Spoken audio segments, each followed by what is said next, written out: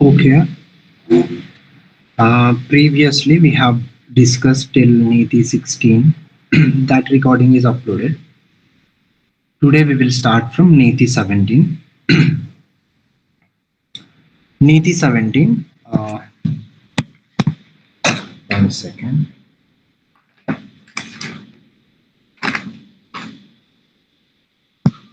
Huh. It says,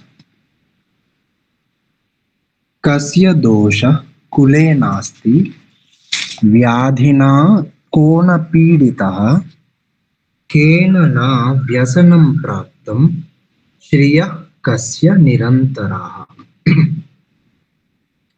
It is talking about something, some fundamental aspects and something that happens naturally in people when certain things happen, and something that is like universal truth, like something like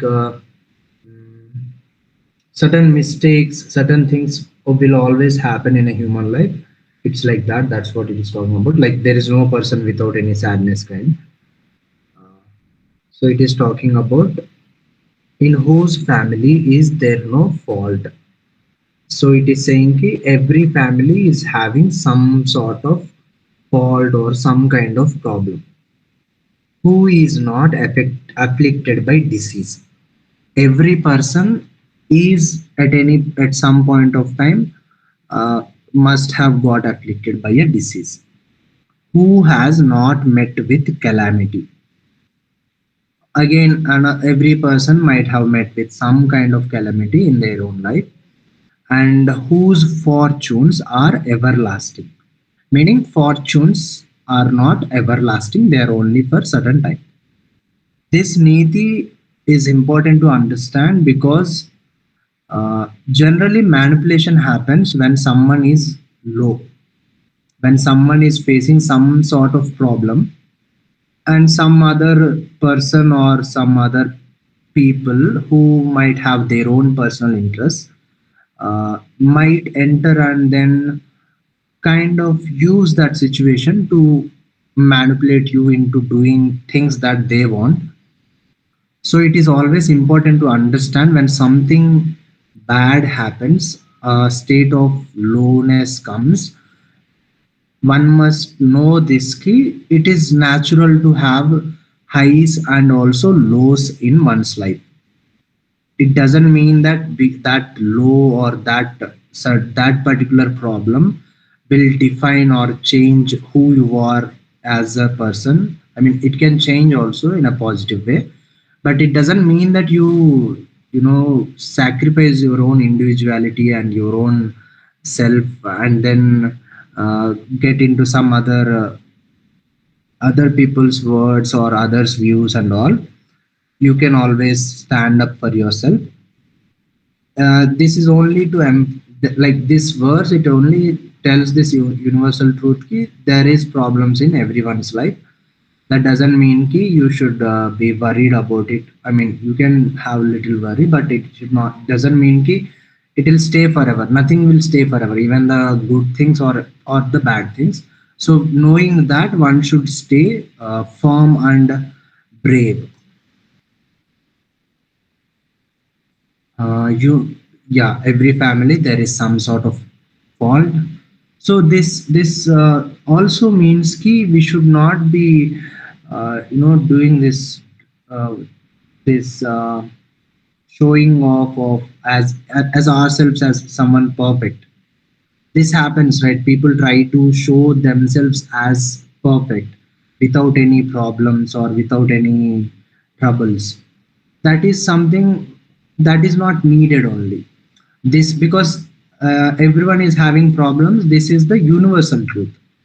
One need not to create in some sort of drama or something to show themselves as having a better life. So this means ki you can be real. It's not a problem, and it's what it is about. Like life is about having both lows and highs. So you can be real about it. You don't need to hide anything. You can be honest about it. Everyone faces health challenges, so one should have empathy also. This also means that there should be empathy towards other beings, knowing that one day I might also face such situation, hardships. So knowing this, being aware of it, one can be resilient and strong. And good fortune is never permanent. Knowing this, one should be humble and also do not get moved away by success. Like when things happen, when people start getting successful, uh, success is also equally difficult to handle, just as failure. Failure is still fine, but success uh, can drive people away from you, and you might do things out of arrogance. Uh, so success is also equally difficult. So one should be aware that good fortune is also not permanent. It's not an everlasting thing. You can try this analysis. So when someone I know faces a misfortune, if someone is having any trouble, so what is the first thought that usually comes to your mind? So anyone can answer.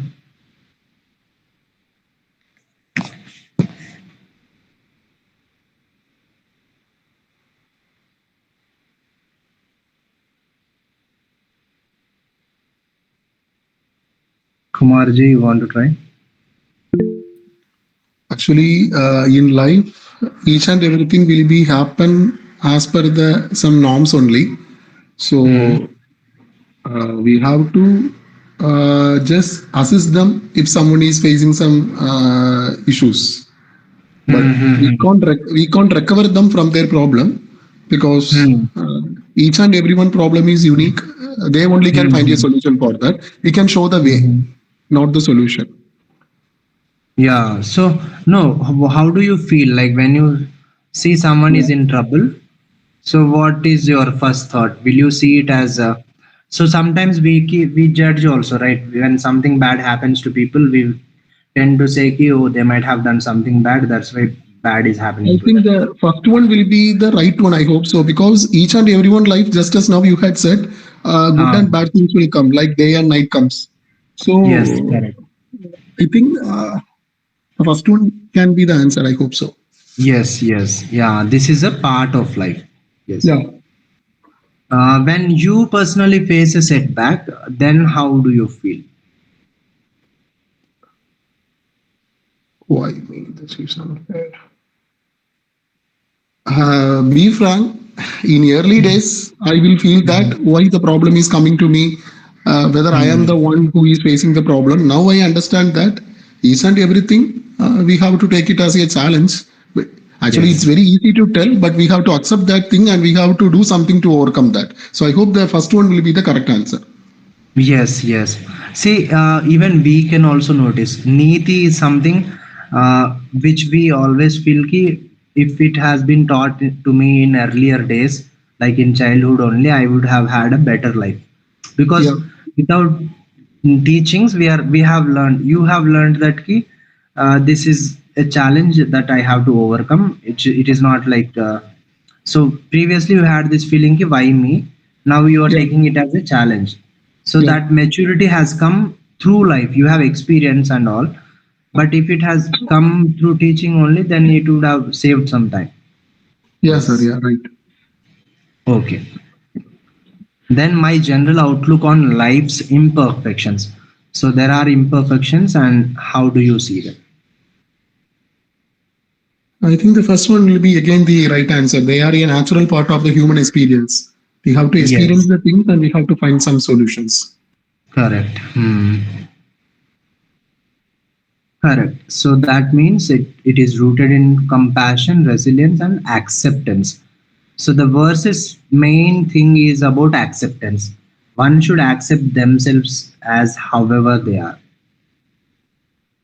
Okay, you can use this to see if there is any flaw that you accept in others, in your own self, and calamities or some sort of problems which you are enduring currently or which you have endured already, and you all can note them down for your own analysis. Okay. Next we have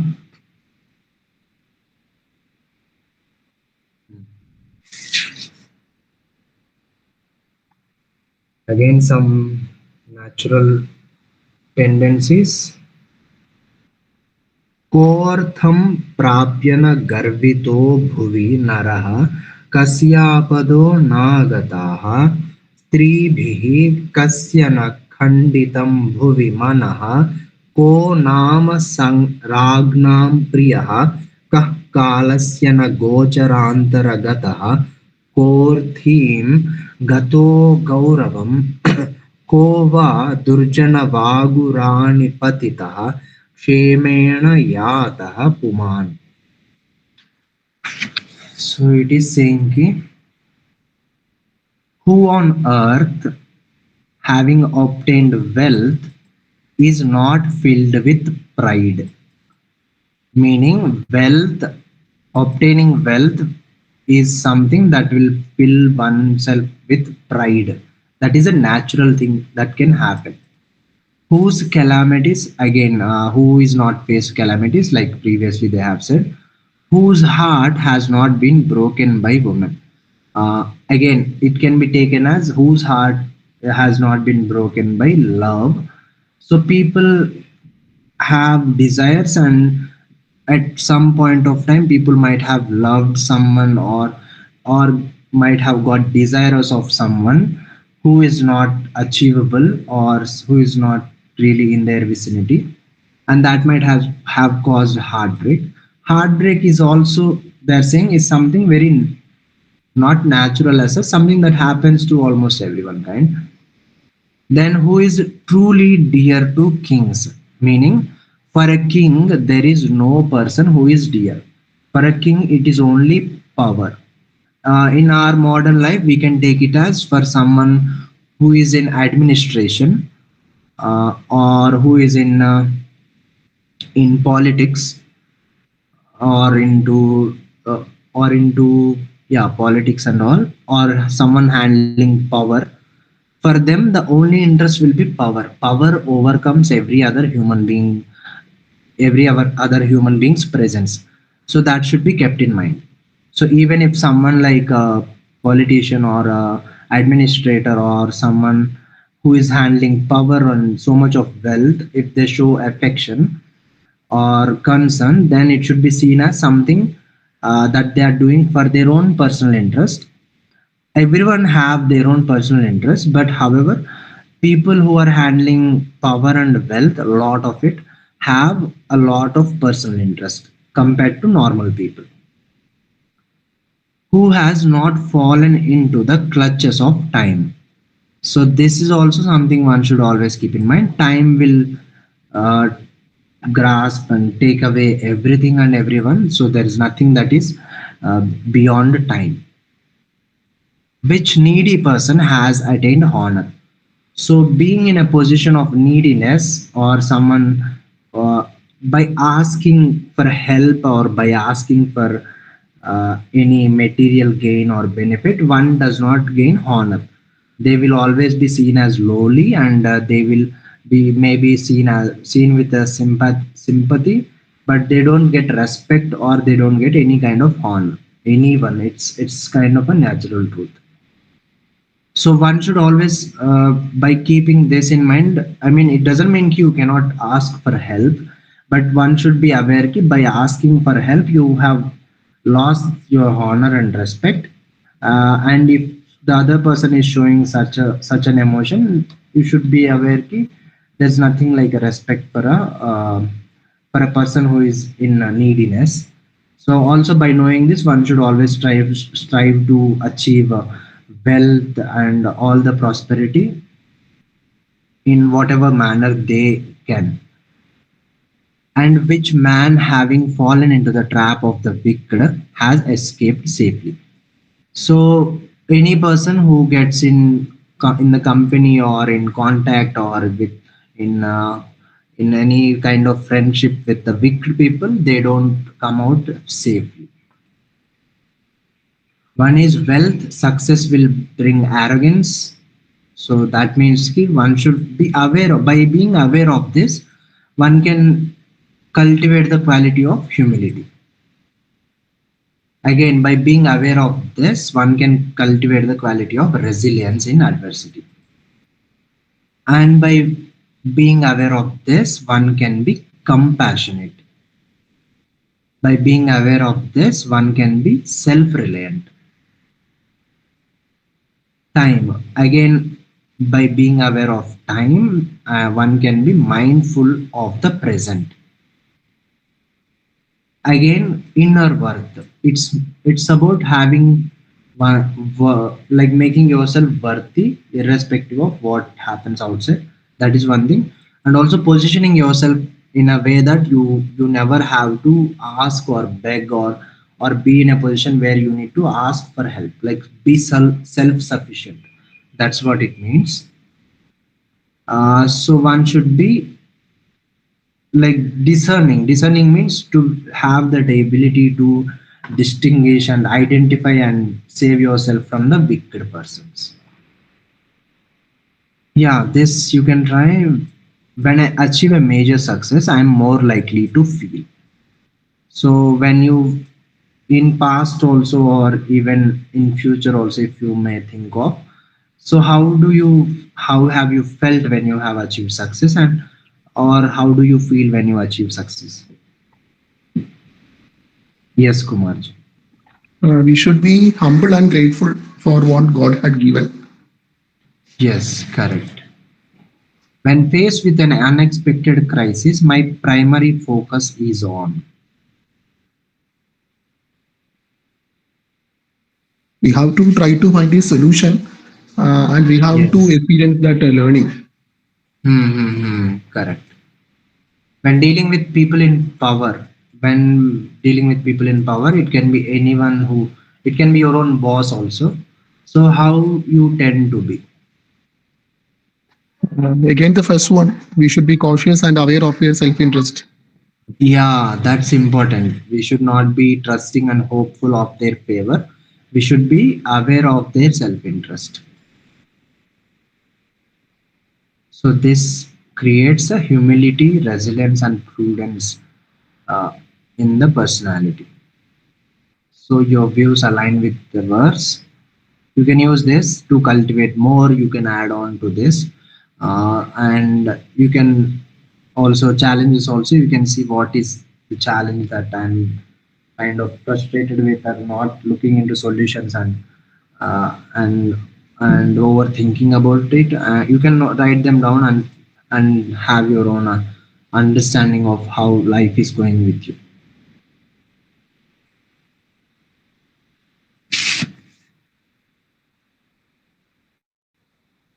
Okay, next we have okay, I'll read the verse from here. सुहृत् स्वजन बंधुर्न बुद्धिर्यस्य न चात्मनि यस्मिन् कर्मणि सिद्ध्येपि न दृश्येत फलोदयः विपत्तौ च महदुःखं तद् बुद्ध तद् बुद्ध तद् बुधः कथमाचरेत्. Okay, I'll read again. सुहृत् स्वजन बंधुर्न बुद्धिर्यस्य न चात्मनि यस्मिन् कर्मणि सिद्धेपि न दृश्येत फलोदयः विपत्तौ च महद्दुःखं तद बुधः कथमाचरेत्. Okay, so uh, a friendship that deceives for a moment,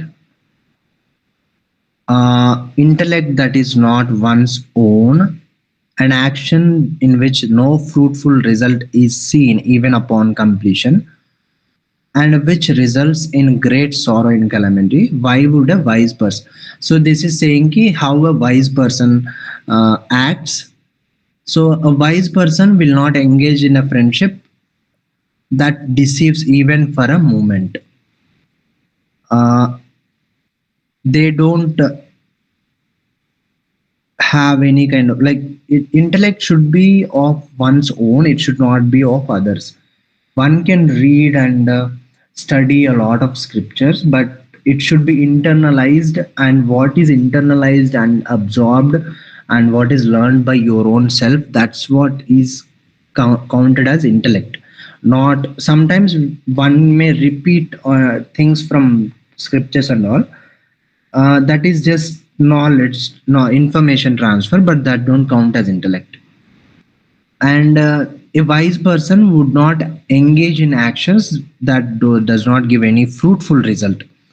So one should be aware of this also. It should not be like so sometimes we also might tend to get into actions which don't show any fruitful results, but we might be hopeful that someday some result will come. So such a thing should be avoided mostly. One should have clear goals and clear objectives and try to pursue them only. And yeah, even upon completion. So result should be visible after completing a task. For example, a task is being set like in so and so number of hours you should do this. After doing this, you will get this reward. Let's say you will get certain amount of money. But after the work is done, if you're not getting that money, that is a fruitless action. So such actions one should not be engaging in, and also which results in great sorrow in calamity.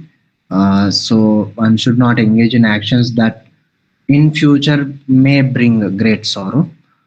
So that is how a wise person should act. Deceptive friendship, borrowed intellect, fruitless action, and great sorrow. Any action that brings great sorrow in calamity. So these four should be avoided.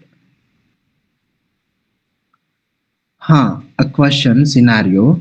A student crams for an exam by memorizing answers without understanding the concepts. He passes the test but forgets everything a week later and cannot apply the knowledge. So, which of the things from the verse represents this thing?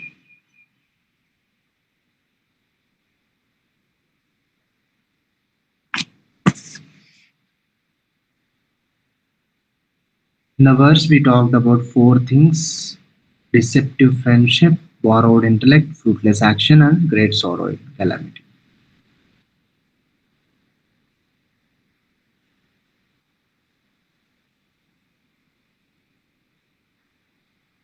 Yeah, anyone? Pooja ji, you want to answer? Can you see my screen? Yes, sir. Okay. Mm, so I think it's B. Uh, yes, an action where no fruitful result is seen even upon completion. Completion. Yes, even after reading and all he has done, he passed the test, but everything has been forgotten. Mm. The completion yielded no real fruit. Correct. So you can use this for your own understanding and what is it that you're pursuing. Uh, it can be a fruitful one or fruitless one. You can see what all things I'm pursuing. This is only for your own analysis and act accordingly. Next, we have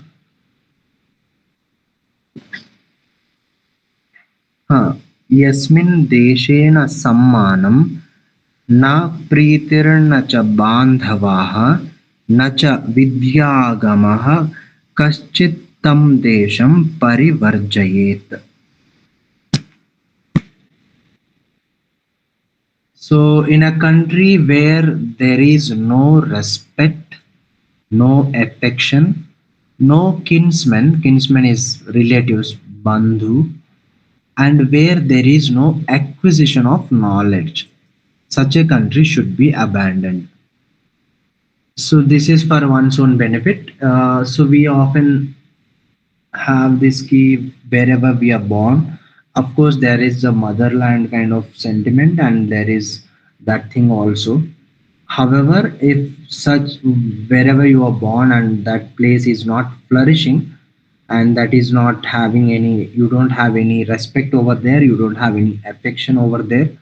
It's not about country alone, it can be your own place, like your own village or town or city or state.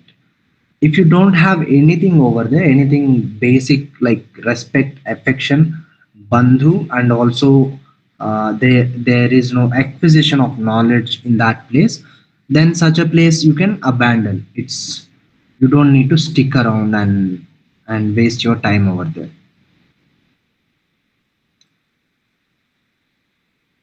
Respect means where your skills and character, they should be valued. If they are not valued, such a place you don't need to be.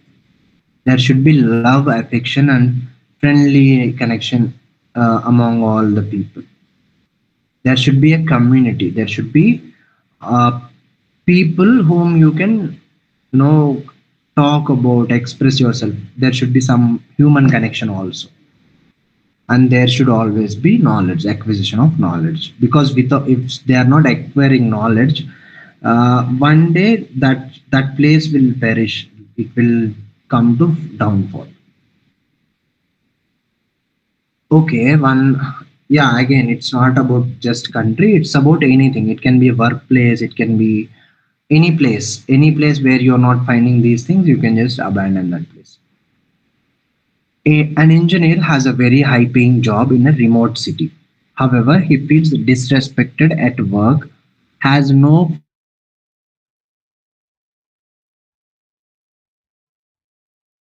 friends or family nearby, and there are no opportunities.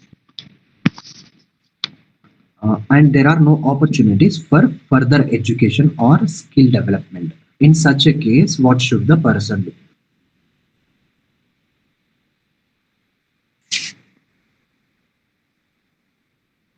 I think this is something that people usually face in their life.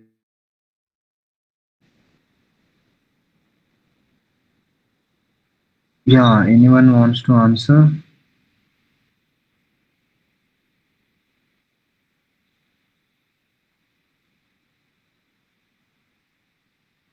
Kumarji, you want to answer?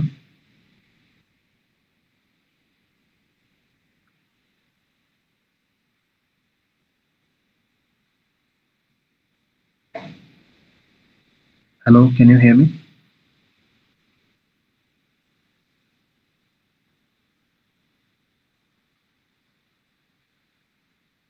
Poojaji, you want to answer this? Oh, sorry, sir. I think it's A. A, yes, abandon the place. Correct. You can try this also. In your current place, how do you feel about your contributions? Are they respected or overlooked?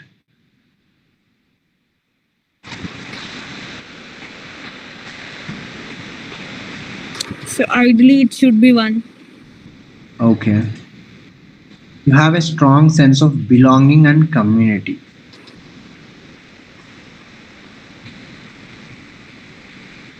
Do you feel belong to the place you are currently staying in? Mm, I think so. It's Okay. A. There are ample opportunities for me to learn and Grow. grow. Yes, I am constantly learning. Okay, great. So such a place is an ideal place to be. Yes, sir. Okay, you can add more to this, and like more to qualities that you might want to develop to build a strong community or respect or learning, all that.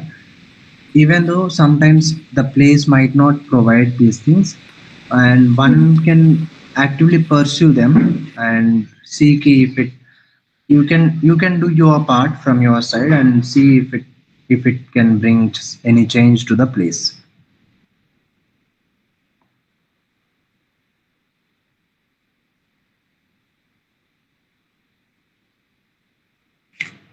Okay, next. धनस्य यस्य राजभ्यो भयं नास्ति न चौरतः मृतं च यन्न मुच्येत समर्जयस्व तद्धनम्. Okay, that wealth, it's about wealth, that wealth of which there is no fear from kings nor from thieves, and which is not left behind at death, that is true wealth. Okay, here they're talking about wealth which is not taxed. That means which does not have a fear from kings, which cannot be stolen by thieves, and at the time of death, usually the material wealth, it is left behind. So here they are talking about the wealth of knowledge and gunas, samskaras that we gain over throughout the life by doing karmas, and the things like papa and punya. In this, punya will be considered as wealth because it will bring prosperity. So here they are talking about the permanent true wealth. True wealth will be knowledge and guna, but property and gold, such material things will be worldly wealth. They are vulnerable for taxation or for stealing. Okay, why is true wealth superior? Because it is immune to three great fears. Okay, let's see why. The king can seize, yeah, king can seize our land. Again, it's about taxing, or they can just seize also. But wisdom, they cannot take away your wisdom. Thief, they can steal your jewels, or the wealth, material wealth, whatever you may have, but they cannot take away your character. True wealth is immune to death also, because we leave back our possessions, but whatever karmas we accumulate, they will follow us, they will come along with us. Okay, so by with this awareness, how you direct your life. When you have free time, you prefer to invest it in. This is for personal analysis. So it's about ki, are you trying to uh, at your current state, are you building true wealth, or you are just running after wealth that can be stolen?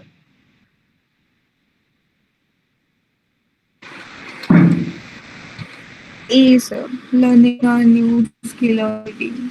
Yeah, correct. My greatest source of security. Yeah, greatest source of security, whether it comes from bank balance or your own character and integrity. Hmm. Character and integrity should be the one. Okay. This also means ki that sense of security, it comes from knowing ki even if if I lose all the assets and wealth I have currently, I can start again and build myself and nourish myself at any point Yes, of time. because of the character and integrity that we hold, Yes, we can build it again, rebuild it again. Yeah. correct. Because of the character and integrity. If I had to choose, I would rather be First one, respected for my wisdom but poor. okay. So it's not कि we ignore or we look down on the external or material wealth. However, that material wealth also is having this internal wealth as foundation. If one has this internal true wealth, that external wealth will stay steady with them, and there won't be, usually wealth should bring happiness and joy, pleasure, all that. But sometimes if the internal foundation is not strong, that wealth can bring fear and a sense of insecurity, and also create enemies, all that. So that happens because the internal foundations are not strong. Okay, you can add more to this, not just this, there will be more things.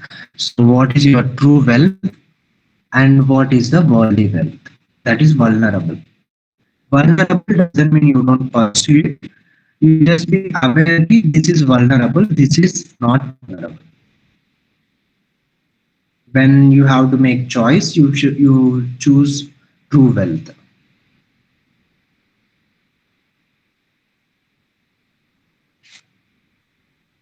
Okay, next we have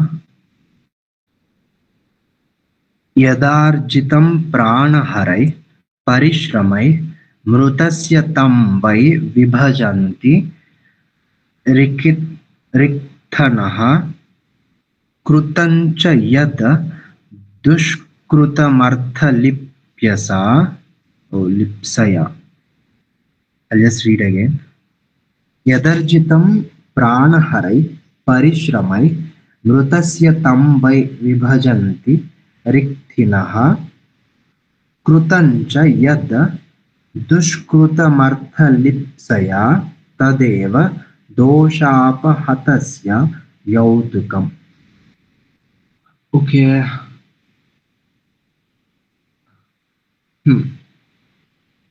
That wealth which is earned by life threatening efforts, the heirs divide upon one's death.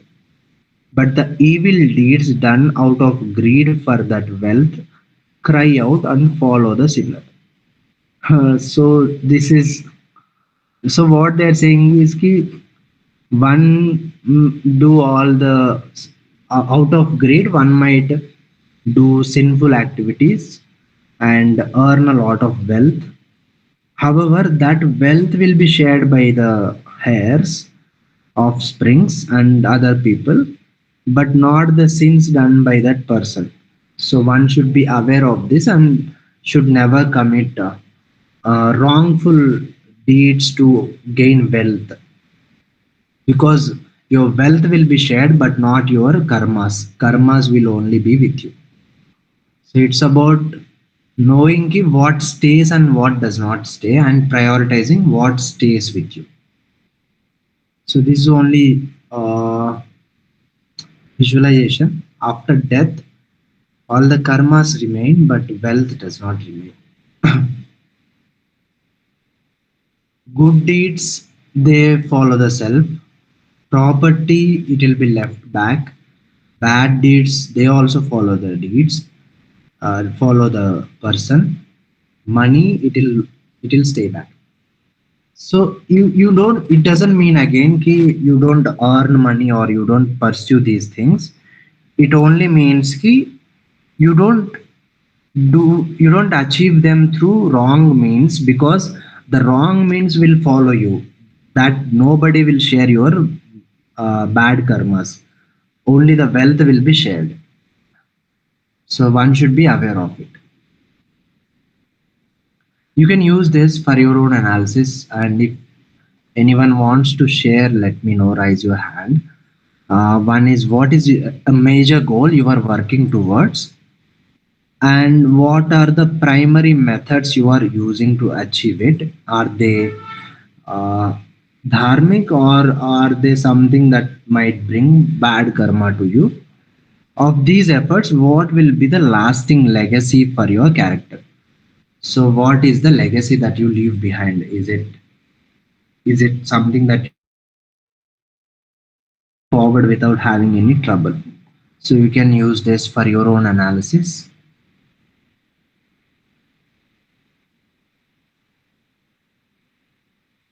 Okay, next we have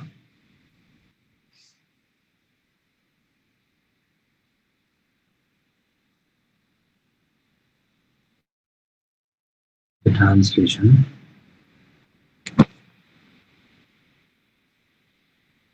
Sanchitam nihitam dravyam paramrusyam muhurmuhaha आखोरिव कदर्यस्य Dhanam दुःखाय Kavalam. Okay. Wealth that is given up and then constantly regretted.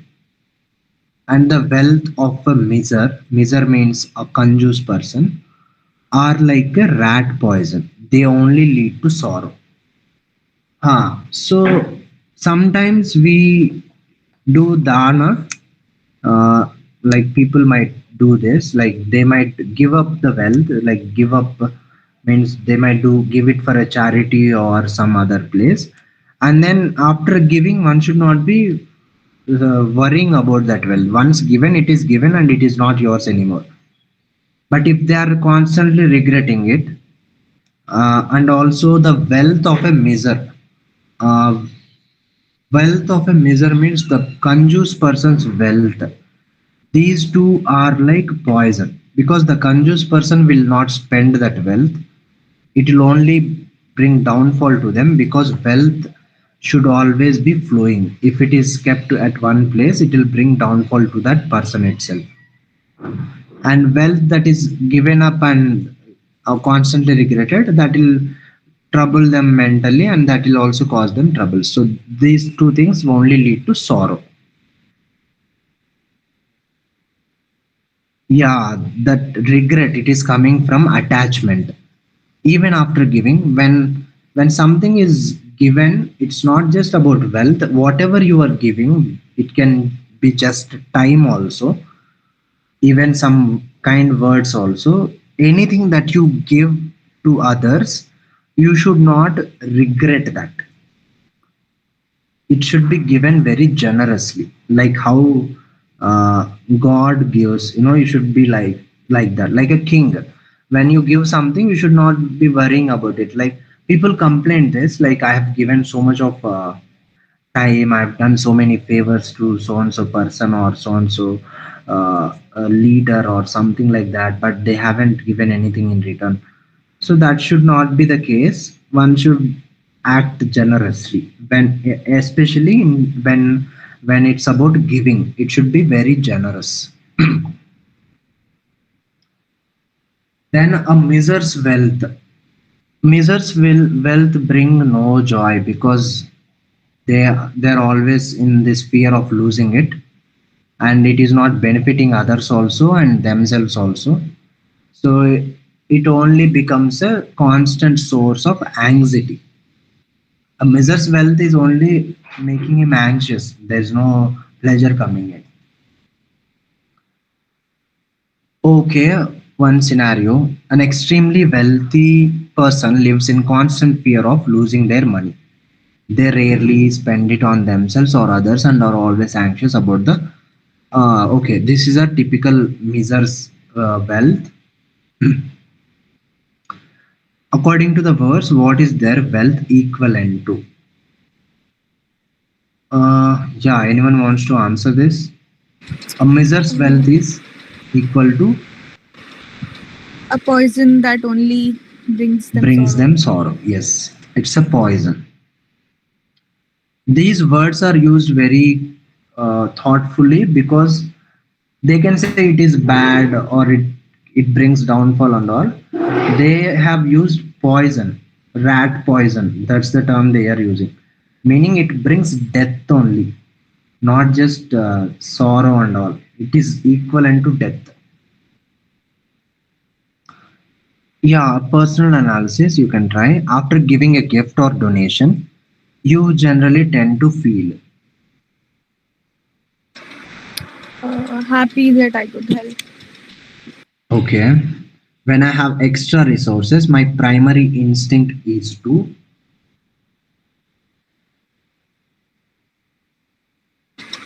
Find a good way to share or use them. Yeah, correct. My relationship with my possessions brings me more. So when you got possessions, what does it bring? It brings happiness or anxiety. Ideally, it should be happiness, but sometimes it brings anxiety too. Yeah, that also happens. Correct. It's natural to get such thing, because as in the previous Niti only they have said who didn't become proud of proud by attaining wealth. So pride is a natural quality that comes by attaining wealth. Wealth means success and prosperity, all that. So But one can be aware of it and act accordingly. Okay, you can try this, and what kind of practices you can try for joyful giving, and attachments. Is there any attachment that you have currently and which you want to release? You can list them down. This listing is only for your own analysis, and that way you will be aware of them when they come into your life. You know, okay, how to act with them.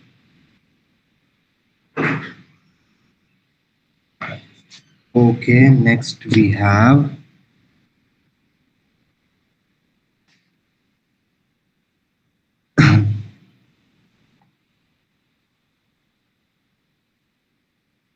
Nagna Vyasanino Rukshaha कपालाङ्गितपाणयः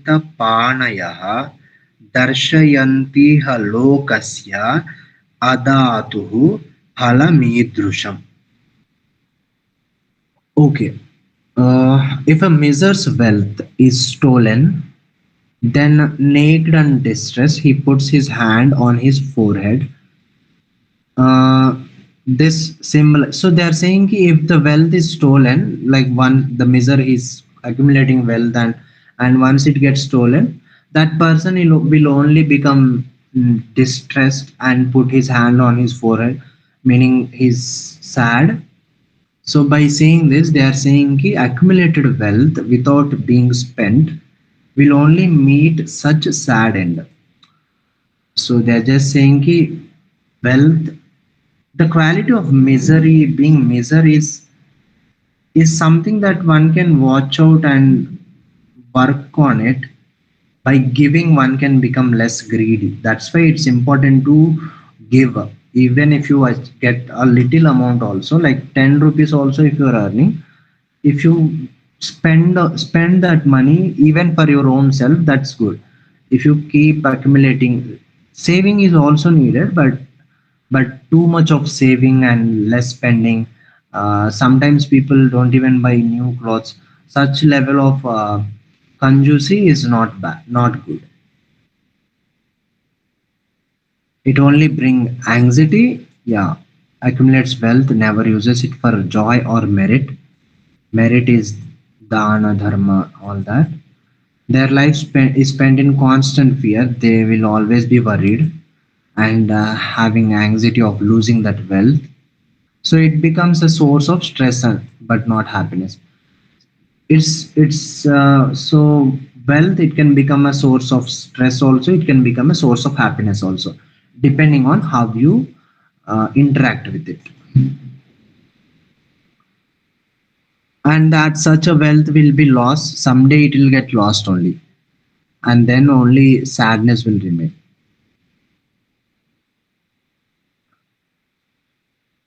So initially there will be a sense of security because you are saving the money. As you continue to do that, a lot of money you continue to save without using, then there will be a fear of losing that wealth. Also relationships may suffer because of that. Then in the long term, if it is not spent, it will only, gets lost. It will be either taken by the kings or by the thieves.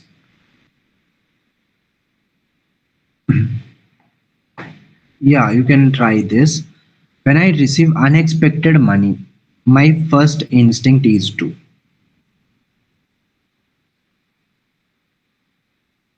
sometimes we might get gifts also.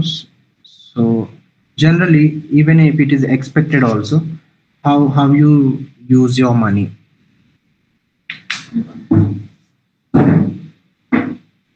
B, think of a wise way to use or share it. It's both use and share. It's not like you share only. Yeah, correct. B is correct. I view my savings primarily as.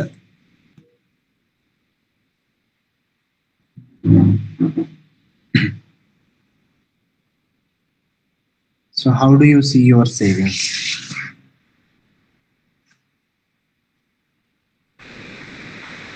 A tool for future security and opportunities. Yes, correct. So even your savings also, when the right time comes, you should be open to spend it. Spending money on a meaningful experience or gift for someone else makes me feel.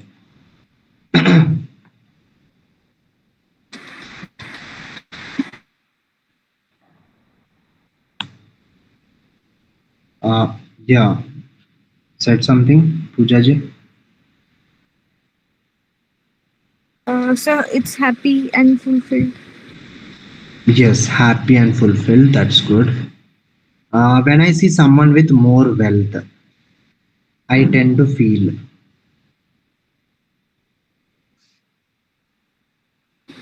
You can be honest Second, also. Second, it's inspired or second. happy.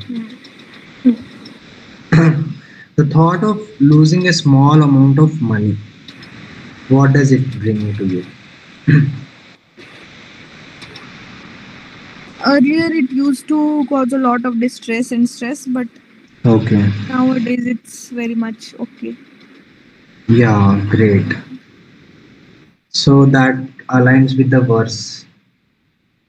So it's about practicing generosity and appreciating and treating yourself with what you have earned instead of accumulating and saving a lot of money which is never going to be spent. It's about healthy circulation. When you spend, the money gets circulated in a healthy way, it supports others also, and it will come back to you in some form. You can just list down your what things, what practices you do for healthy circulation, and what kind of mindset that lead to sorrow.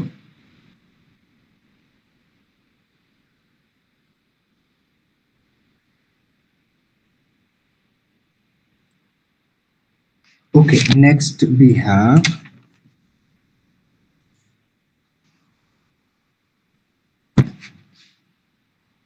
शिक्षयन्ति च याचन्ति देहीति कृपणा जनाः अवस्थेयमदानस्य मा भूदेवं भवानपि. Okay. This miser, even though they are having a lot of money, they will. So in these verses, they are talking about the qualities of a miser. These people, they will say, Ki, I don't have any money, please give more, give more. So they'll always be in a begging position. And also, they are saying ki, that is one thing naturally when they have wealth. But one day they will lose that wealth, then also they'll get into the position where they'll have to do the begging. So this presents an example ki, uh, that will be the fate of those who accumulate wealth without donating. That's why dana or charity, not charity, dana, giving is very important. In the end, it is only what you give that you will be left with, not what you accumulate. Hence, one should always be generous and in a state of mind ki, if there is, if someone finds ki there is a beggar or someone in some needy person, one should see it as an opportunity to accumulate some good karma. If they are capable, not like you push to the ends and you yourself become into a beggar. Only when you are able to do, you should do it. So they are saying ki no one should make such a mistake. What kind of mistake? Accumulate wealth without donating. So the miser, they will do this. They will preach saying ki you should be charitable, and they practice the yachana. Sweetness of giving comes from our internal mindset. It's about internal mindset. It's about On a very high adhyatmika level, seeing yourself as Ishvara and providing for the world at a highest level. It's like that. By practicing giving, you become. I mean, it's not like you give all you have, but by practicing generosity, you get the qualities of Ishvara himself. So you can try this. Anyone wants to try? This is a miserly thought. If I give this away, I won't have enough for myself. So how will you reframe it? If you have to reframe, it's about seeing things in a different perspective.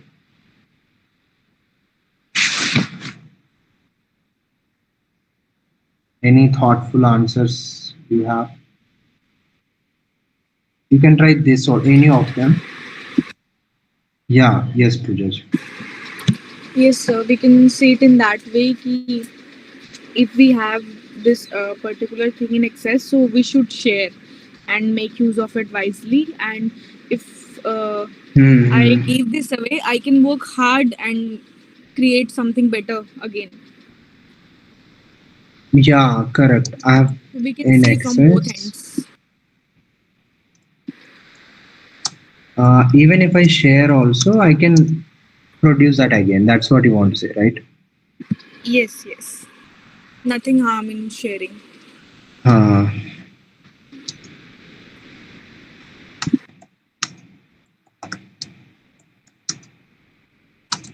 yes. That's how you can reframe. It's about seeing a sense of fulfillment within your own self.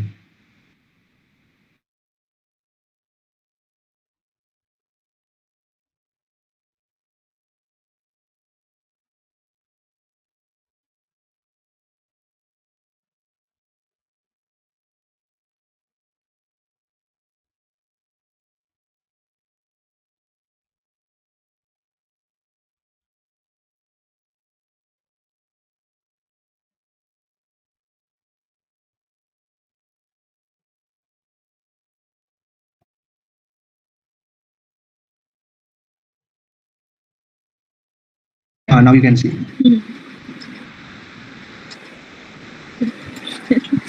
So it's very tricky, but we always try to align with what we say or what we do. Yeah, correct. You But can try. sometimes when we see in our Sometimes it case, it contradicts usually also. Yes. yes, yes, yes, yes, sir. Yes, correct. That happens. True. Yes. But main intent to Okay. align. Hmm. The act of giving my time, energy, or resources to a worthy cause makes me feel. Fulfilled and joyful. Okay. My primary motivation for helping others is. A genuine desire to contribute to the well-being. Hmm. Okay. So it aligns with the verse. You can list down ki how you are sharing your own self or whatever talents you have in excess, and what are the barriers you might face or you are facing currently in that path. So this is for your own analysis, and try to be generous as you can be, because generosity is a quality that can make one into a better entrepreneur also, because entrepreneurship or even business is about providing value. You got some value and you share it to the point where the audience or the receiving people will at one point of time, there is this principle where they say ki you give three times you only give, fourth time the person will ask you what they can give. This is a technique that in business they use. So you have to give in excess and the other person will start feeling I must repay for this. So that's how the value or the return on investment is gained back in a business. So that quality of generosity is something that will bring prosperity in long term also. Okay, next we have सञ्चितं क्रतुशतैर्न युज्यते याचितं गुणवते न दीयते तत् कदर्यपरिरक्षितं धनं चौरपार्थिवगृहे प्रयुज्यते. Okay. Wealth that is accumulated is not used for hundreds of sacrifices, nor is given to a deserving seeker. That wealth left behind by the miser is enjoyed in the house of. It's the same thing in a different way. Again and again, they are emphasizing on this. Do not accumulate wealth without spending it on for your own self or for others. The purpose of wealth is to bring joy, happiness, pleasure, luxury, all that to you, and also to you for one to make one to pursue the Pancha Mahayagnas or even accumulate punya karmas. So the whole purpose of artha is to accumulate what we call punya karmas and perform the Panchamahayagnas. If that is not done, the very purpose is only not fulfilled. There is no point in having wealth. That's such kind of wealth which is not spent on oneself or even for others. It's like a paper only without any value. Righteous use, there should be righteous use like spending on yagnas or doing an annadanam, such activities. Charity, uh, so if it is not given, it is lost to kings, because ultimately that wealth will either be taken by the kings or governments, or by the thieves, or by the heirs or your own children. Okay, an old extremely wealthy miser dies, leaving behind a vast hidden treasure. According to the verse, what is the most likely outcome for this wealth? Okay, I'll only answer this. We have discussed. It will be seized by the state or plundered by thieves. You can try this. Yeah, this is a similar one. I'll only answer. When you have surplus, ideally it should be you should find a meaningful way to share or use for your own self. Primary assets, you can see them as something that needs to be used for growth and helping others. Yeah, whatever assets you have, they doesn't mean you protect them, you use them to produce more assets. If you have 10 rupees, you should think of producing another 10 rupees out of that 10 rupees. So that's the mindset one should have. It is not only for the business people, it is for everyone. Every person should always be thinking how to multiply their wealth. There is no guilt, there is no sin in multiplying wealth. One should always, even if they reach to the level of Kubera itself, one should still be thinking of producing more and more wealth out of what they have. That should be the mindset. This is something that in Panchatantra, in the first story only, there is one Vaishya who is lying on the bed and is thinking like this.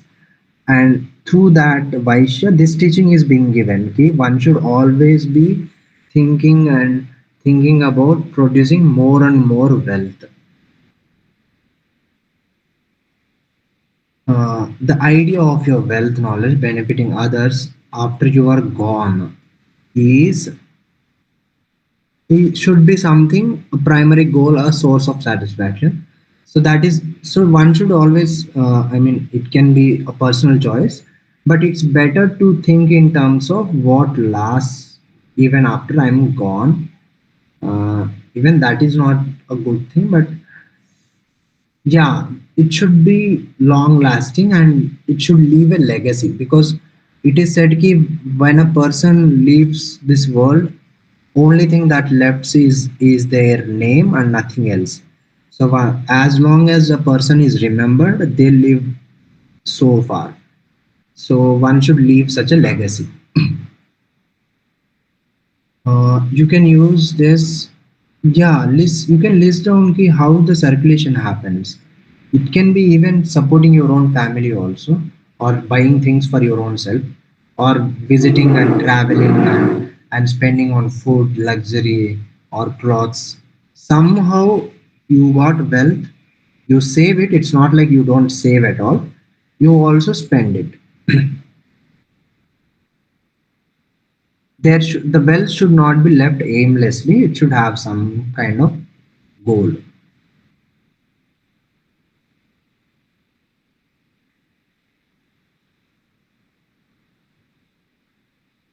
Okay, next we have again a bit similar.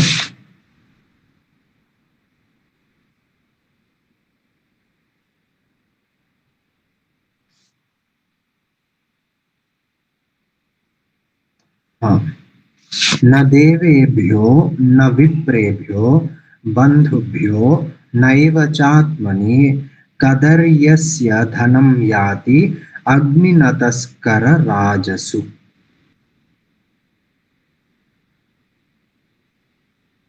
How the miser's wealth, it don't go to either, it doesn't go to the gods, it doesn't go to the learned, it doesn't even go to the relatives, nor even for oneself. It goes to fire, thieves, and kings. So this is something, I think it is being said again and again, and there is a reason for it, because wealth has this thing it brings this sense of what we say greediness. When people might be normal before they have attained wealth and all, they might even appear very wise and very generous also. They might speak very kind words. They might speak as if they have wealth, they'll give it all away. But then once the wealth comes in, immediately the mind will change. They won't have control over themselves. More the wealth comes in, more agitation, uh, more kind of greediness will come in. That is natural. So by saying this again and again, Sutaji, he wants one to be aware of that agitation. Even though it is natural, by being aware of it, one can uh, channel that energy into something good, something that is lasting, without getting succumbed into the greediness. Because out of greed people will do many things.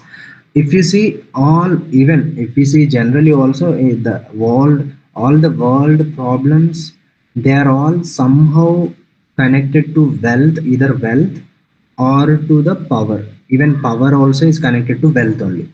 Wealth is like the ultimate ruler of the world.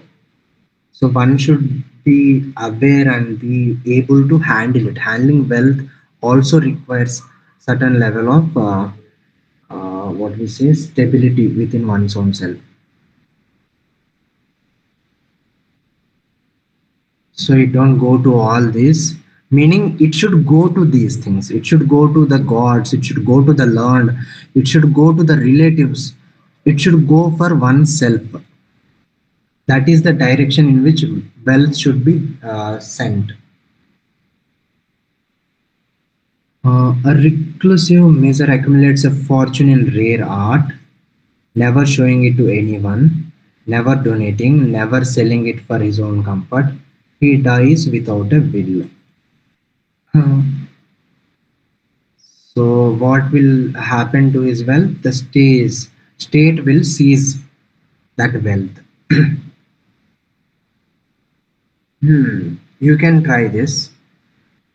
A portion of my surplus resources is regularly directed towards. Anyone wants to answer? Anyone Family, wants to share any? friends. Huh? Myself, families, friends. What's the answer, C, the Pujaji? What third did you one. say? The third one. Third one. Okay. My long-term financial plan includes provisions for. It's again the third one. Okay. When I think about purpose of wealth, I focus on. Third. Okay. Huh. So the risk is in the stagnation. Wealth should not be stagnated. Like it should not be stagnated, kept at one place. Okay. So it aligns with the verse. You can use this. Again, how you can channel the wealth, and where is it? If there are risks of stagnation also, you can check for that also. This is something one can practice with whatever little amount of wealth they might have. It's not about handling huge amounts of wealth. Even smaller amount of wealth also can bring greediness in oneself. So one should be looking after for that.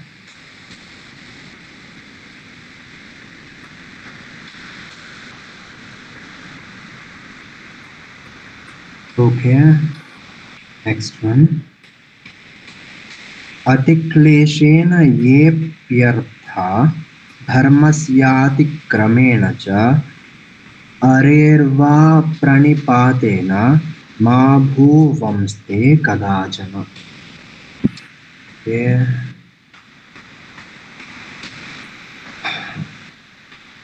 One has to suffer extreme hardship in a state devoid of dharma. Without dharma, it is only hardship that will come. Dharma is something that sustains, that is there. Dharma is the innate qualities of things. When you don't act according to them, according to the dharma of things, or dharma of your own self, it will cause trouble only. It won't bring fruits. The wealth obtained from an unrighteous, adharmic person, that which destroys dharma, or which is obtained by the grace of an enemy, is useless. Meaning, one should not take help or take wealth from a adharma, adharmic person, or someone who has accumulated wealth through adharmic activities. And also, one should not obtain wealth or take any favor from an enemy. These two are said to be useless. Even if you might get the favors, however, it is useless. So what happens? This will bind you to their karma. Already they have done certain bad karma and got the wealth. By taking that wealth, you are becoming part of it. Uh, the wealth from an enemy is an obvious trap. It is never out of generosity or kindness. A rival company, after a bitter legal battle, offers you your struggling business a very generous contract as a peace offering. So, yeah, I just want to recall previously we have seen ki by seeing the right time, one should make friends with the enemy. And same opposite also, one should make enmity with the friends by seeing context and time. That can be done, but taking a favor is something, favor in the sense, yeah, taking a favor, like where you don't have a contribution, only the other side is contributing, meaning you are indebted to their favor. Such a favor should never be taken from an enemy. Such a favor ideally should never be taken from anyone unless it's a family, because such kind of favors are only done in an expectation for some kind of return generally. So it is usually dangerous, useless and dangerous, because it comes with some hidden cost will be there, they will only reveal in time. Okay, next, a guided analysis, self-analysis. When offered a lucrative but ethically questionable opportunity, my first reaction. This is about sticking to the dharma, even though there is so much of wealth in it. So, how you will take it? What will be your first reaction?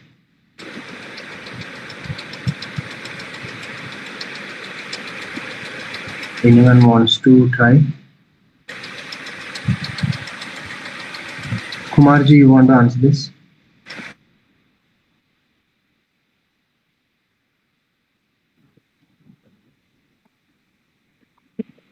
I been offered a lucrative but ethically questionable opportunity. My first reaction is actually the second one will be the right one. Yeah, correct. This is to understand your own nature, like how you are uh, directing your, like how your own body mind is moving you towards, and then you can, when you observe that, you will be able to understand how I can move in the right way. Okay, the I believe the source of money. So, do you believe it matters or it doesn't matter? Doesn't translate what you do. Okay. Second one will be the right one. Is fundamentally Oh. important to each true value. Correct. Accepting a favor from a competitor feels like. Accepting a favor from a competitor, walking into a potential trap is smart. Uh, I think uh, both the answers are having little bit effectiveness, sir, because Ah, it can be correct. a strategic move. Sometimes it can Yes. be a trap also. Yes, correct. But it's ideal to be cautious unless there is a mutual contribution. Yeah. If you are also having some contribution, they are also making some contribution. If it's a mutual exchange, even with an enemy, that's fine. It settles. But if it's only from one side, it's a Then the positive second one. trap. Yes. Yes. Okay. So you can use this for your own dharma analysis and potential compromises which you can avoid, which you might be not aware of. Okay. Next we have,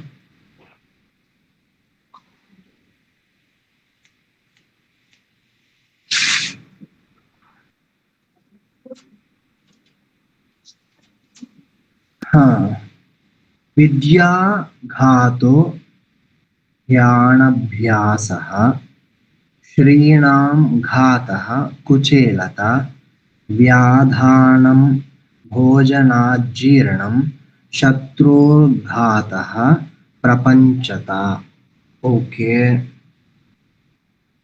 the verses didn't came well. I'll update the verses. Okay. Knowledge is lost without discussion or practice. If someone acquires any kind of knowledge, it must be discussed and tested against or tested with people. That's when it remains within that person and it gets validated. The grace of a person is lost if their clothes are dirty and untidy. So, for an ascetic, for a sannyasi, these things doesn't matter. Their life is different. But for someone participating in the world, for them to live like an ascetic is an insult. It's not something one should be cherishing about. It's not a what do we say, gracious act or something be proud of. So one should be taking care of their own looks also. The clothes, they should not be dirty and untidy, because with that they lose their grace.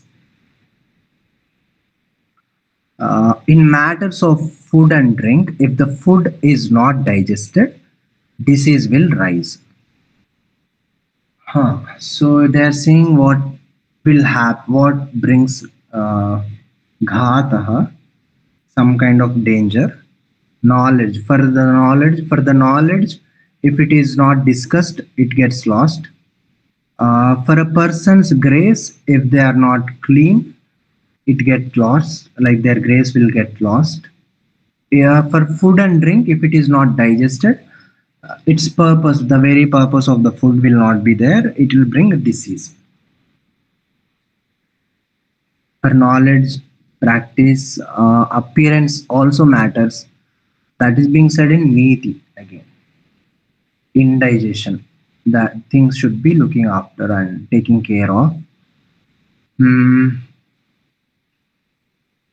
Okay, so maintenance of a skill.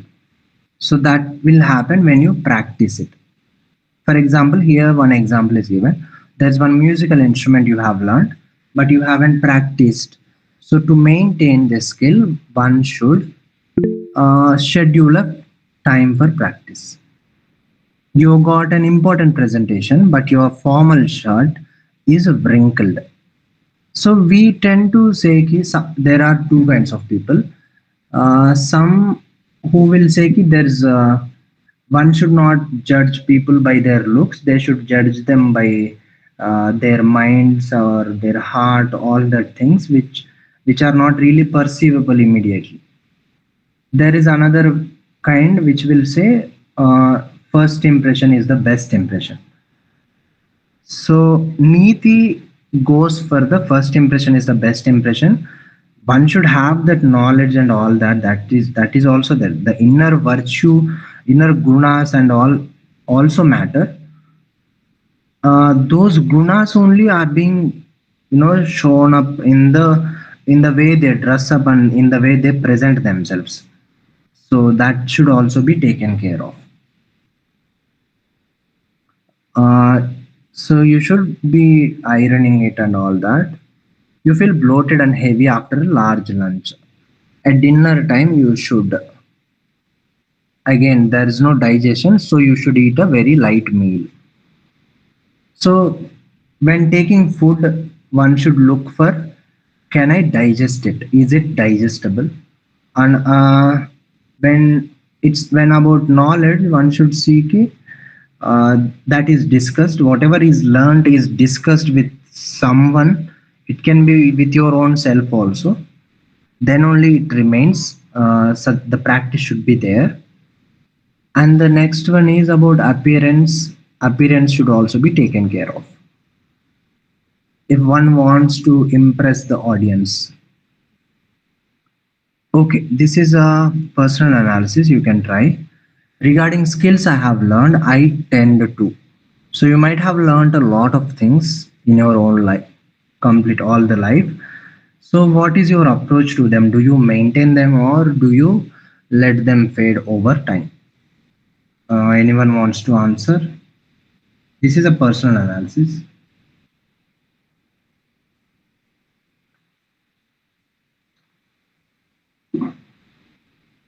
A. Practice them regularly. Yes. My daily appearance is usually.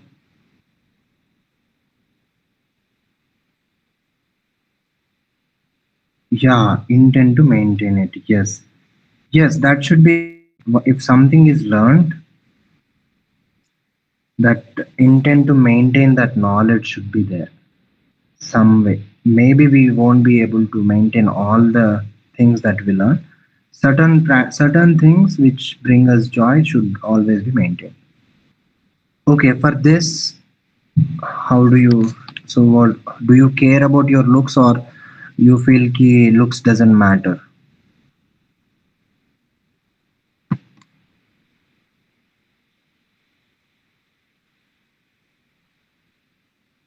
Anyone? Kumarji, what do you think? Looks matter or looks doesn't matter?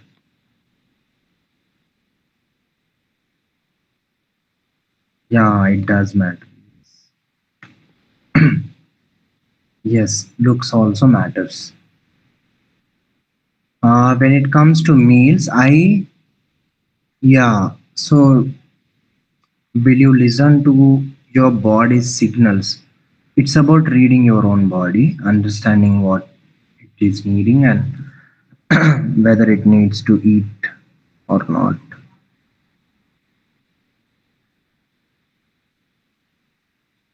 Like animals, our bodies also tend to have intelligence and they give signals.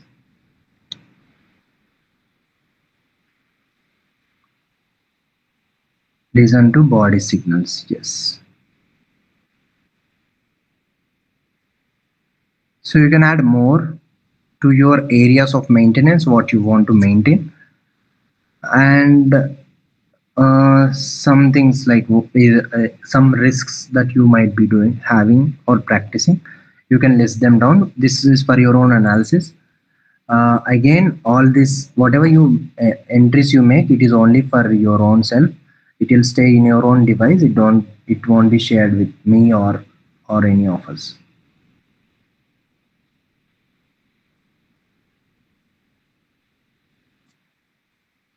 Okay. Next we have how to bring people into control. Different kinds of people.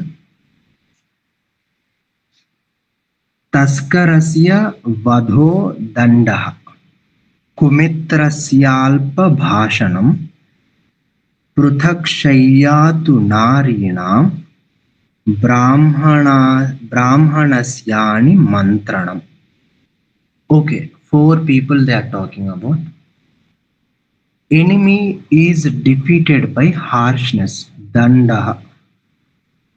So with enemy, one should be harsh and put them in a state of what we say, nigraha, nigraha sthanam. Yeah, one should use danda to bring an enemy into control. Uh, yeah, harshness. Yes. For a thief, it is a strike by hitting them. Speak very little with a bad friend. Bad friend means someone who might be so. So even the wickedness also, people might not be completely wicked. Sometimes the wickedness or negative qualities they come in situations.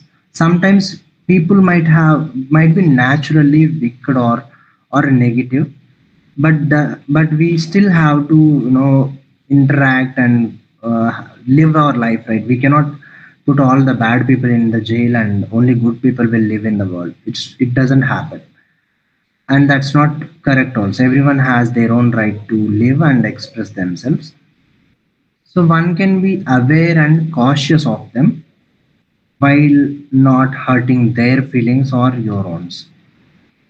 So, with a bad friend or someone who might cause trouble to you, it's better to speak little. Ha, defeatedness we are talking about.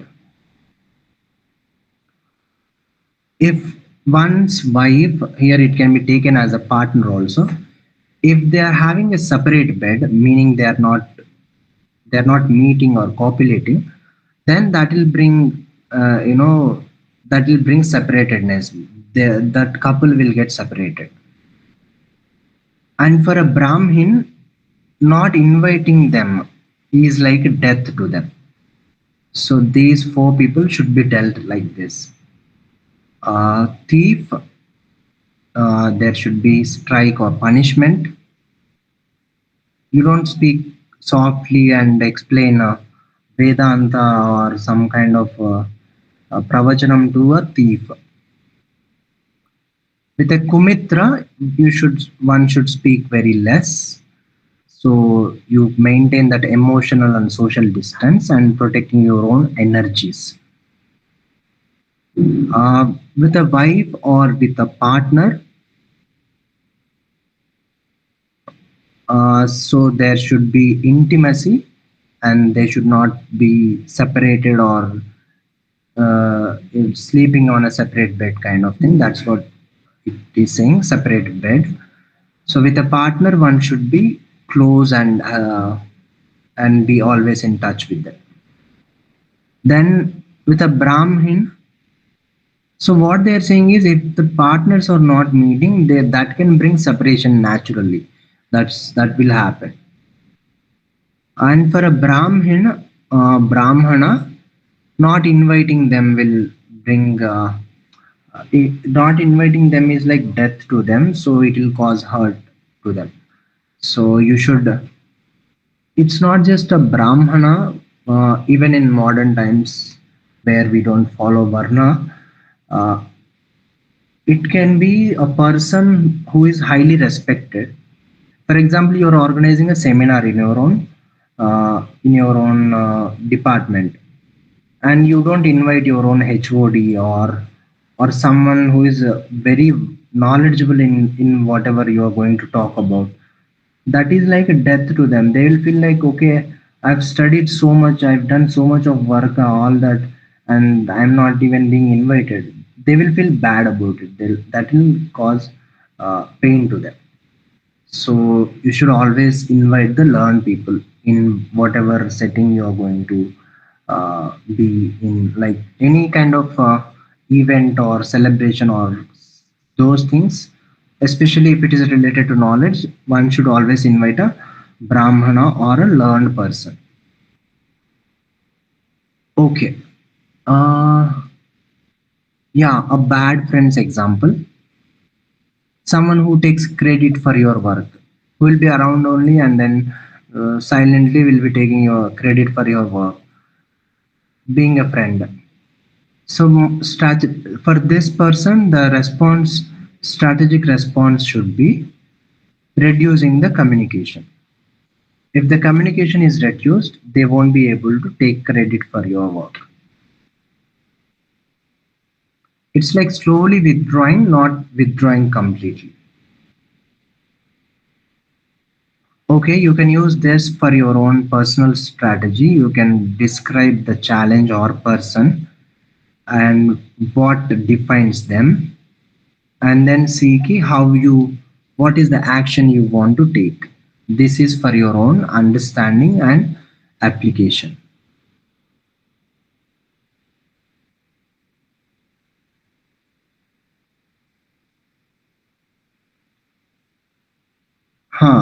Now we have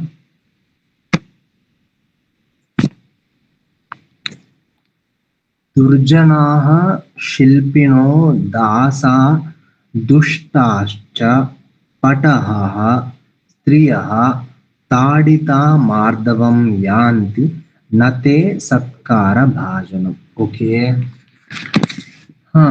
This is also a bit uh, controversial. So here it is not klibayah, it is triyah.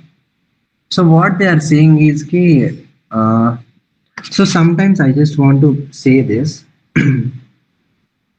uh, Teachings or whatever is being said in the scriptures or in the Vedas also, or maybe by highly revered and highly learned wise people also, it's not, nothing is universal. There are certain aspects which are which we can which remain fundamental or universal. Even then, when it comes to the application, it changes. We cannot imagine Rama doing the activities what Krishna has done, and also the vice versa. We cannot imagine. There are different ways dharma has been followed and established. Dharma is said to be a very subtle thing. So even these teachings also, I'm just putting this caution because now on we'll get some controversial lines, or I don't know if it might be speaking the nature also. It is for your own understanding and for you to see how it applies in your own life. So what is being said is wicked men, artisans, servants, vicious beasts, and impotent men. And here it is also women also being kept. When beaten, they become mild, yet they are never fit to be honored. So these people are being said to be like when they are punished, they only become mild. They only become they then only they'll come into control kind of thing. And it is being said that they are not worthy of honoring.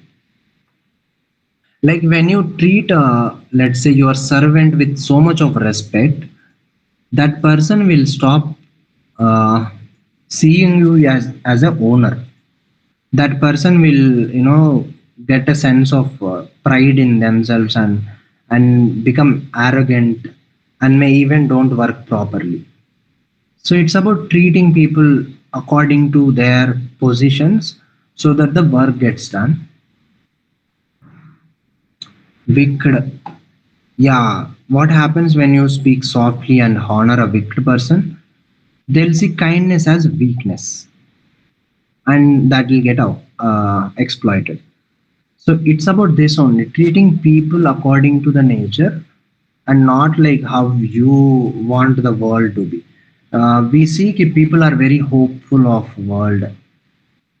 Some people, they even go to the extent of saying कि even terrorists can be made peaceful and all that. So that is very according to Niti, it is something they consider as foolish. You don't you cannot change the not fundamental nature, I would say, because nature can be changed with certain things.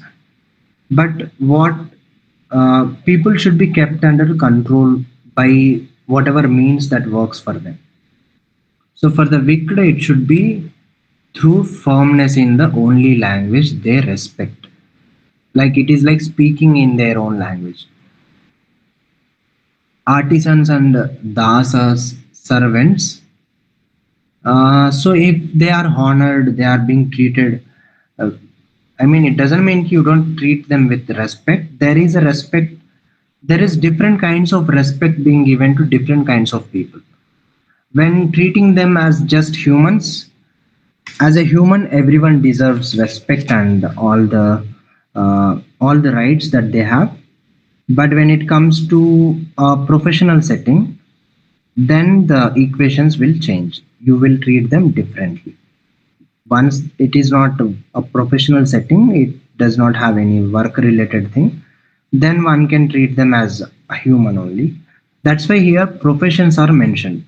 It's not talking about people, all like people only. It is talking about certain professions, which means ki employees, basically, let's say employees.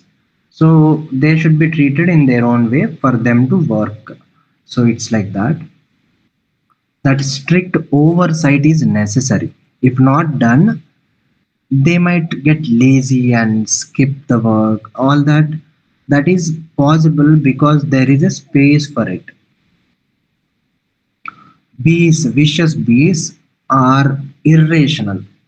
Irrational is that those people, the mobs, the people whose intellect or their minds don't work, they are conditioned to believe or do certain things. So such people are like vicious bees. You cannot talk to vicious bees and you cannot say ki, oh, you don't have to do this biting and all. You will have to produce honey. That won't work. They'll bite you. So uh, you should treat them in a way that they understand they can be subjugated and got under control. Okay, what is the next step? Okay, here a talented artisan on your team consistently misses deadlines despite your repeated polite reminders and encouragement.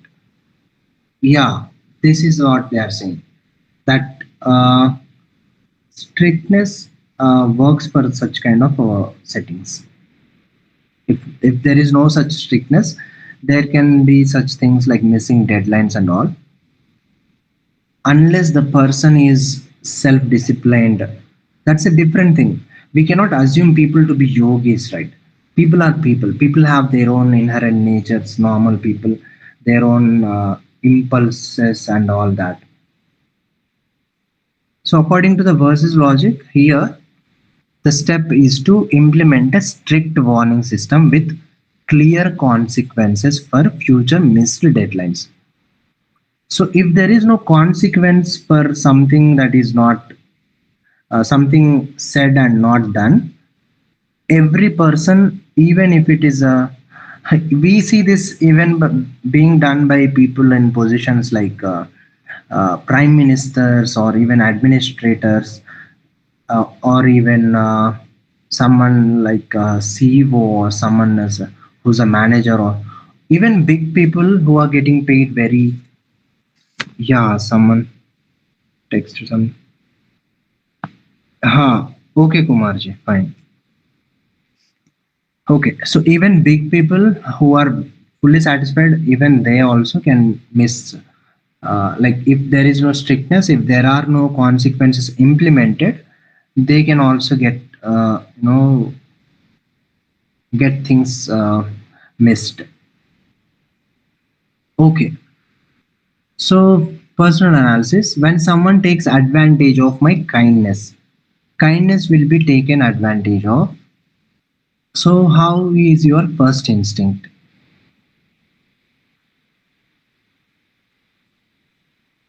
A. But ideally, you should be becoming firm and setting boundaries. That's what the verse is saying. Okay, next, I believe that underperformance at work is best handled by.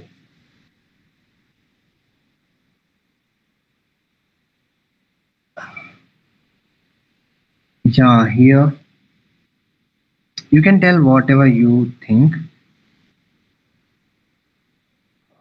Don't have to be ideal answer. Encouragement and support. Okay, but the verse teaching will say clear consequences and stricter oversight. Okay, when dealing with a malicious person, I am more likely to. Yeah, you can be honest. B. Create distance and use firm measures to protect myself. Yes, that should be the way. So, kindness, there is default towards kindness. So, the kindness is something that usually we tend to have. Humans generally have this kindness thing, uh, but uh, but it is important to learn how to behave and how to deal with different kinds of people, because uh, same language or same ways will not work for everyone. There can be a mix of encouragement. Yeah, again, we don't need to take this verse strictly. It can be taken with a mix of both. There can be a mix of encouragement and all, but still having stricter deadlines and overseeing. That way, there can be a balance.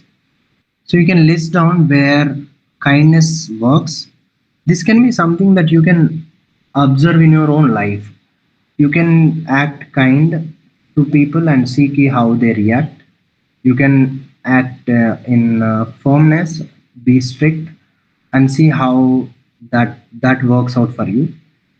You can try it with different kinds of people. Let's say a malicious friend, or someone wicked, or someone who is crossing the boundaries.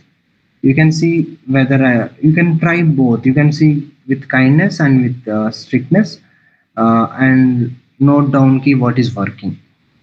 That way you will understand. This is a way to test the verse.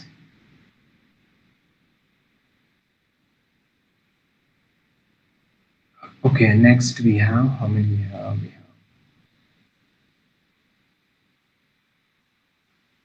Hmm. Next one. जनीये प्रेषणे भृत्यान् बान्धवान् व्यसनागमे मित्रञ्चापदि काले च भार्याञ्च विभवक्षये. Okay. Huh. So different people's nature, when it is revealed, they are talking about it. If you want to test a servant or an employee or a person who has to take up some task under you, you can test them by giving a task. For relatives, it is the time of sorrow if they stay or don't stay. Depending on that, you will get to know about their nature. A friend's nature is revealed in times of calamity. When you are in trouble, uh, friends are someone who will be there with you, fighting that calamity and helping you come out of it. So by that you can decide ki who is my friend, who is not my friend. Like the story that Pooja ji has said, a person inviting for birthday, like that only. And then a wife's mind or a partner's mind. Yeah, wife's mind only. So they're talking about female's nature. Wife being dependent on husband in those days, and they are dependent on husband for everything mostly because the husband is the one who is earning. So when that wealth is lost, that person, the husband, will lose respect in their eyes because they are not able to provide. The natural, the tendency or the understanding is this: ki man should be the provider and woman should be the nourisher. So in that sense, they are saying ki, a wife's mind is known when the wealth is lost. Okay, yeah, these things, their competence, loyalty, attitude towards work will be revealed. Here, the genuine connection, whether it is genuine connection or social obligation, relatives, bandhat, bandhava, or relationships can be social obligations also. They need not be out of genuine cares. Friendship, uh, whether it is a convenient friendship or true friendship, will be revealed. And again, whether the commitment is for the person or to the prosperity that they provide, it will be revealed here. Okay, an entrepreneur faces sudden bankruptcy, many of her high society. Yeah, this is something that we have seen a similar example. So this will reveal the true nature of her friends. So with friend, you should associate calamity or some kind of trouble. With a relative, you should associate sorrow, sadness.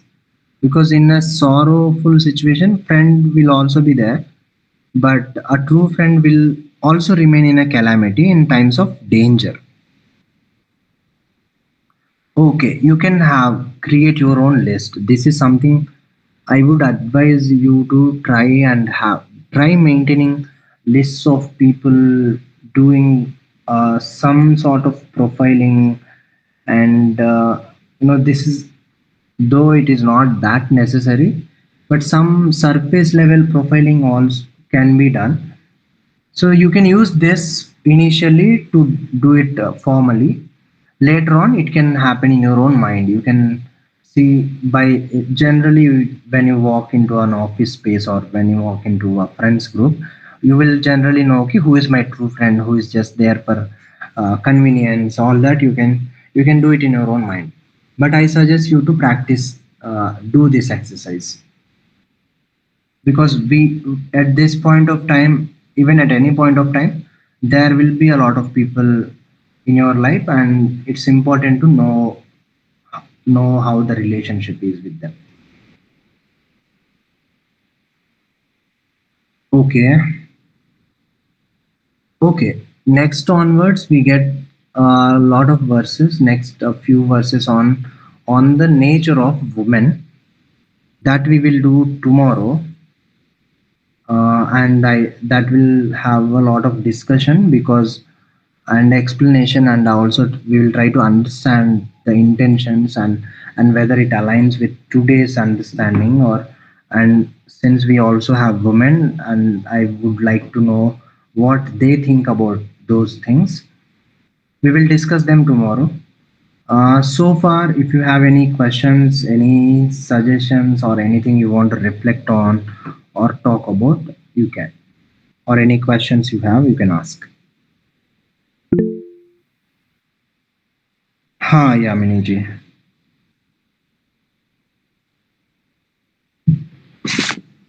Yes. Audible, sir? Am I Uh-huh. audible? Yeah. Yes, yes, you are audible. Sir, I have one query and one question. My Mm-hmm. query is this the link that you're using for Google Sites different from what we were studying earlier? Yeah, this is a new one. Previous one is for what we have discussed. Once that is all the verses are discussed, then I'm sharing the links. Okay, okay. And the I'll second, organize them in a classroom also. Then it will be easy for you to access. I'll do that. Okay.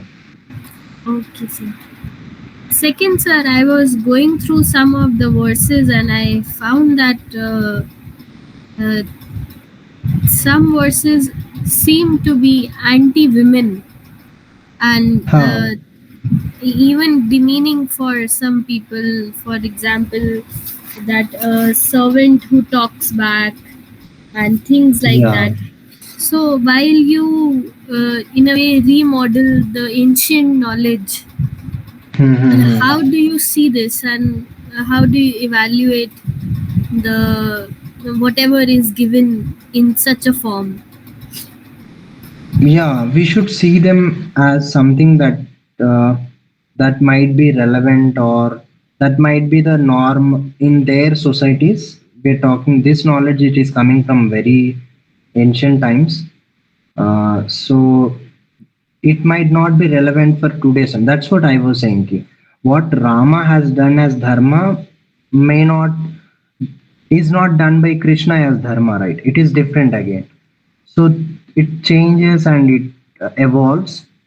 Even our own physiology, people's minds, and society, everything evolves. So what is being said there, it need not be followed. It should be understood as okay, that might be the norm of society in those times, and we are only trying to see ki is the whatever is there which we can use and we can apply. That is that only we can take. It need not be taken literally uh, and be used. Yes. So we Sir, are but talking about a world that is very raw in nature to some way. Think of a world where there is very less conditioning and more use of natural instincts and yeah, natural instinct, more like animals. I wouldn't say animals, they still have their own knowledge and understanding, but our world is different. Our world, we live by conditioning. We go through school and we have very less interactions with the nature and outside world, but their world is different. They are living in and along with the nature, and their learnings are not by repetition or like that. They learn by living through and practice. So yeah, it's different. Yes. sir, Yes, yeah. but my question remains that I understand your point, but what should be the pedagogy when we teach this to our students, and then we tell them that this was the norm of the society at that time, but somehow I believe that this is only a disclaimer that comes Hmm. before what we teach, but the lesson should be modified in some way, that because everything we teach has an impact on young minds. So Yeah, I correct. want to know what should be the pedagogy other than the disclaimer that we can give. Okay, what should be the pedagogy? Okay, how do we present this? And okay, we don't justify first thing whatever is being said. We are only saying, okay, this is being said, and this is how they are thinking in those times. And I think it's best to leave it for the audience to decide on these things. But again, they might take them literally and use them, like some person might go out and say, this is said in Garuda Purana only. Uh, Yeah, yeah, that's my concern, that young minds are very easily impacted by yeah, yeah. what we present to them. So there Huh, must be a way. yeah, correct. Hmm. So what they're talking about is the way it can be like this. They're talking about the nature of feminine and nature of masculine, I guess. Generally, I think nature of feminine tend to be like how they described it, and nature of masculine tend to be how they have described it. And in the same body, both the natures of masculine and feminine exist, depending on what is expressed highly. Even in men also, women also, tend to behave differently. And yeah, that can be said about it. They're talking about the nature, not the person itself, not gender, but the nature of feminine and masculine. Does that answer?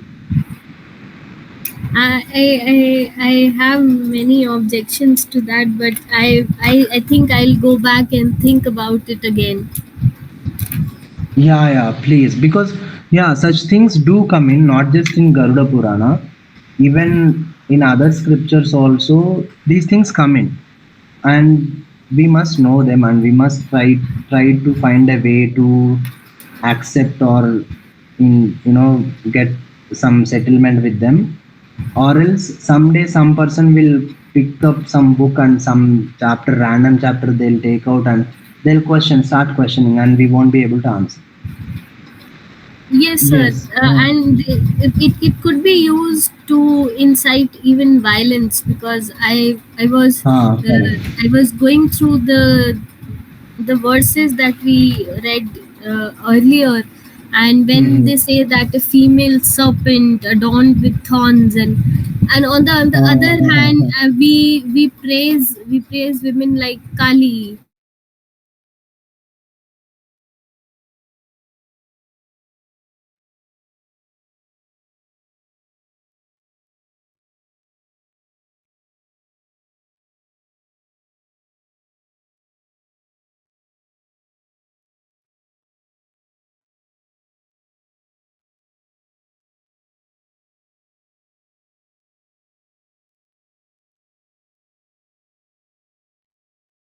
That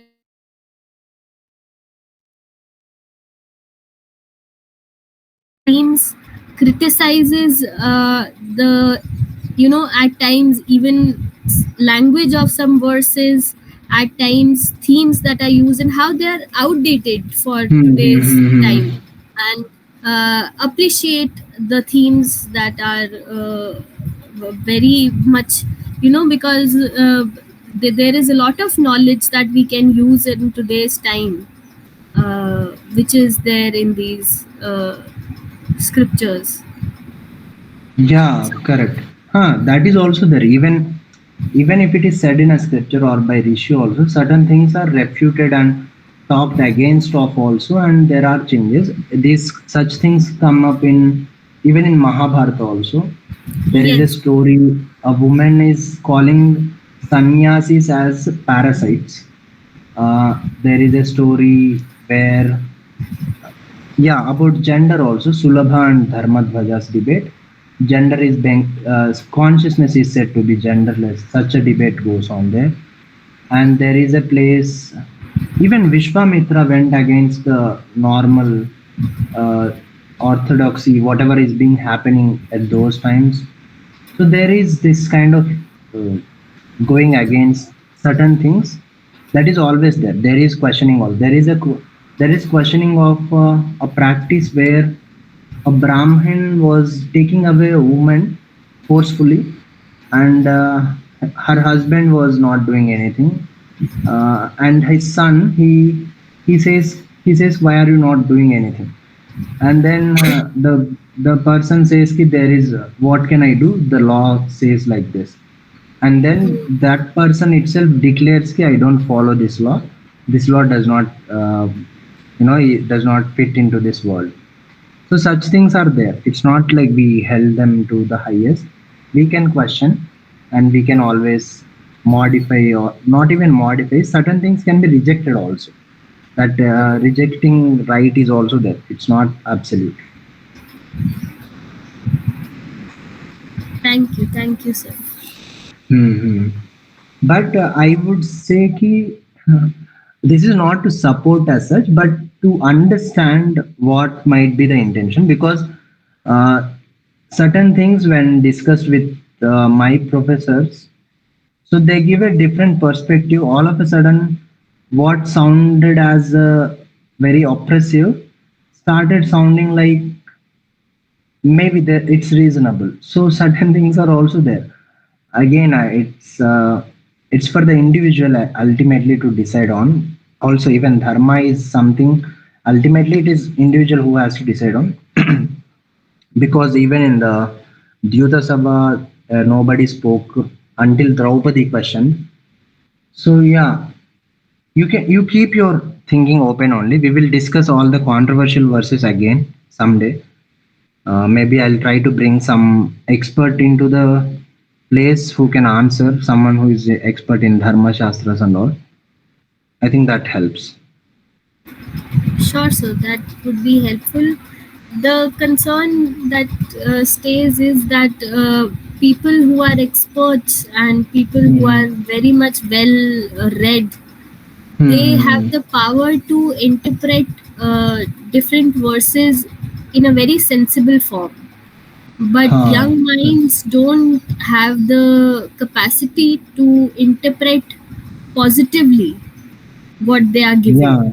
True. True. True. So, a pedagogy has to be formed so that this could be presented to the young minds. Hmm. Yeah. True. When we discuss, and I think we definitely find ways. You can take screenshots or note down the verse numbers so that we can discuss all of them together. I'll also try to note them down. What Sure.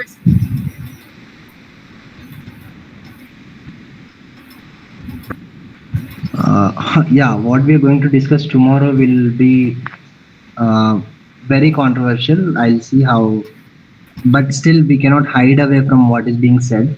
I just wanted to present and take your views on it. We'll see. Yes. Okay, sir. Okay. Thank you, Yamini. And any other questions? Anything?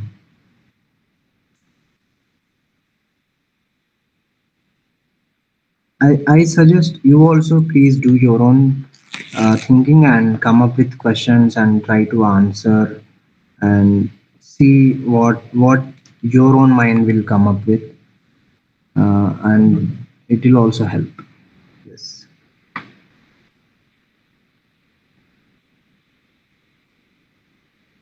Okay, thank you. We will meet tomorrow.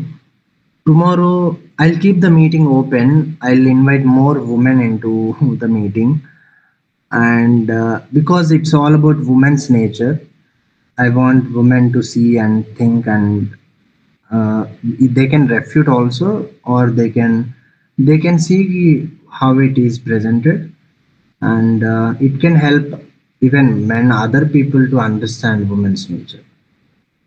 Yes. Okay, you can also invite Yamini.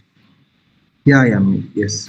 Sir, can you just tell us that what verses are we going to discuss tomorrow, so I can just go through them once? Oh, they are not there. I didn't share this link with you. No, no. In the Garuda Purana, you are saying you want to go through. Yes, sir. It is from 109th chapter, verses 33 onwards.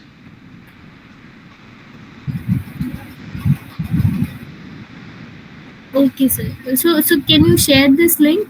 or is it available in the version of Gita Press? Yeah, it is available. I think the big one, right? Garuda Mahapuranam. G G G. Yes, Ha, yes. in that it is there. Yes, 109th chapter. Yes, Okay, you can okay, go sir. through. Hmm. Thank I'll you. share the link also. Yeah, I'll share the link also. Fine. In the WhatsApp group, I'll share. Hmm? Thank you, sir. Okay. Yeah, please come up with questions. I don't hesitate to question. It's not something like a law or something. We are only trying to understand. Okay.